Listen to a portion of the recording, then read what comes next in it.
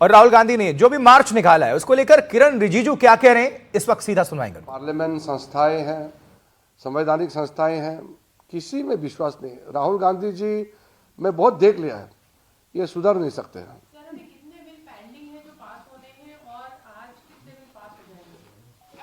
नहीं, आज तो इम्पोर्टेंट बिल्स हम इनकम टैक्स बिल्स है, स्पोर्ट्स बिल्स है, और मणिपुर का जीएसटी और डिमांड्स फॉर ग्रांट्स बिल्स है, और शिपिंग मर्चेंट शिपिंग बिल्स है, गोवा में शेड्यूल्ड ट्राइब्स को रिजर्वेशन देने का बिल है। काफ़ी बिल, इम्पोर्टेंट बिल्स आज लगे हुए हैं। हम अब बर्दाश्त नहीं कर सकते हैं। देश का जो हम लोगों के ऊपर जिम्मेदारी दिया है, हम लोग जिम्मेदारी निभाएंगे। सर, टीएमसी सांसद हैं सुष्मिता देव, वो ये कह रही हैं इलेक्शन कमीशन को लेकर लातों से भूत बातों से नहीं मानते। ये लोग संविधान को ही नहीं मानते हैं, संविधान को किताब पकड़ते हैं, संविधान को नहीं मानते हैं। एक पार्टी, एक फैमिली और एक व्यक्ति का मनमानी जो करता है वो संवैधानिक हो ही नहीं सकते। वो डेमोक्रेसी में वो लोग संविधान में विश्वास नहीं करते हैं। हम लोग तो लोकतांत्रिक पार्टी वाले हैं। हमारे यहाँ तो नेता कर्म से नेता बनते हैं, वहाँ तो पैदाइश नेता होते हैं। वो लोकतंत्र को कहाँ विश्वास करेंगे? जो एक परिवार ही सब कुछ होता है वो लोकतांत्रिक हो ही नहीं सकता है।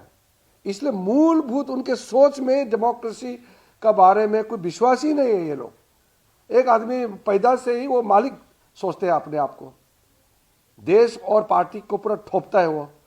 ऐसा कोई हो सकता है कि आप पार्लियामेंट्री डेमोक्रेसी में आपका बोलचाल, आपका काम, आपका ओवरऑल जो आपका विश्वसनीय जो आप प्राप्त कर सकते हैं, तभी आप नेता बनना चाहिए। पैदा होते ही वो नेता समझते हैं अपने आप को और देश का मालिक समझते हैं। वो कहाँ डेमोक्रेसी और कहाँ संस्थाएं को वो वैल्यू करेंगे?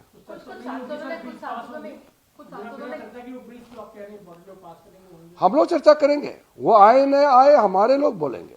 कुछ सांसद जो विपक्ष के हैं उन्होंने भी सहमति जताई थी कि स्पोर्ट्स बिल एक इम्पोर्टेंट बिल है, उस पर डिस्कशन होना चाहिए। बिल्कुल, क्या आप उनसे दोबारा अप्रोच? बिल्कुल, हमने कहा है कि इम्पोर्टेंट बिल्स सार्थक चर्चा होना चाहिए, लंबा बहस होना चाहिए। 2-2 दिन आप सोचिए, स्पोर्ट्स गवर्नेंस बिल और एंटी डोपिंग बिल के लिए 2 दिन लोकसभा में, 2 दिन राज्यसभा में हम लोग ने टाइम तय किया।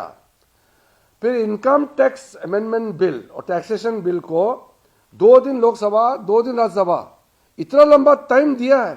टाइम तय कर चुके हैं बीएससी में, फिर भी आकर के हंगामा करते रहते हैं।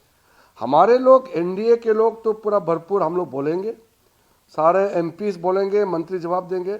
हम अपोजिशन वाला को रिक्वेस्ट करते हैं, आप भी अपना बात रख सकते हैं, आप चर्चा में भाग लीजिए और चर्चा से भाग करके फिर बोलेंगे कि बोलने नहीं देते, ये मत कीजिए।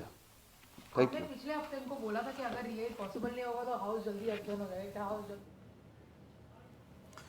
तो किरण रिजिजू को भी अभी आप सुन रहे थे और देखिए अब तस्वीरें भी देख लीजिए। विपक्षी सांसदों का मार्च जो चल रहा है, पुलिस ने मार्च को रोका था, वहीं जब आमने सामने पुलिस और नेताजी आए तो बैरिकेड से कूद गए अखिलेश यादव। देखिए जरा, वहीं मार्च में महिला कार्यकर्ताओं की भी भूमिका है।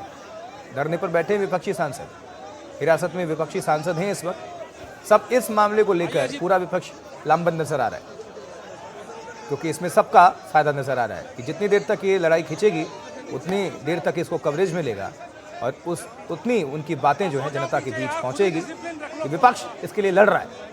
लेकिन चुनाव आयोग, चिट्ठी लिखकर जवाब दिया गया है, मिलने के लिए बुलाया गया था, लेकिन कोई पहुंचा नहीं, क्योंकि चुनाव आयोग ने कुछ शर्तों के साथ बुलाया। विपक्ष का कहना है कि जितने भी सांसद हैं सभी जाने चाहिए। अब आमने सामने इसको लेकर विपक्ष और सत्ता पक्ष, भारतीय जनता पार्टी से जो इस पर पलटवार हो रहा है। थोड़ी देर पहले किरण रिजिजू क्या कह रहे थे आपको हमने सुनवाया।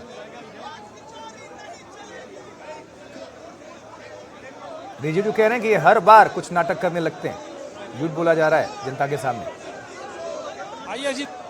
विपक्षी दल संविधान को नहीं मानते। किरण रिजिजू का कहना है कि संविधान की दुहाई दी जा रही है, लेकिन इलेक्शन कमीशन भी संवैधानिक संस्था ही है।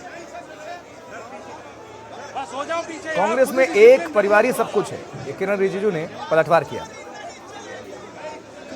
विपक्ष का मार्च चल रहा है, फिर बातचीत पर राजी हुए, लेकिन आज विपक्ष ने यूटर्न ले लिया और कहना कि डेलीगेशन नहीं जाएगा, बल्कि सारे जो जितने भी सांसद हैं, विपक्ष है, वो सब जाएंगे। चुनाव आयोग ने बुलाई, चिट्ठी लिखकर उनको बुलाया गया, लेकिन कोई वहां पर पहुंचा नहीं। अब ये प्रदर्शन चल रहा है। साथ साथ ये तस्वीरें, धरना प्रदर्शन, कई सारी बसें आई, दिल्ली पुलिस ने इनको हिरासत में लिया। संसद मार्ग थाने पर बहुत सारे नेताओं की मौजूदगी।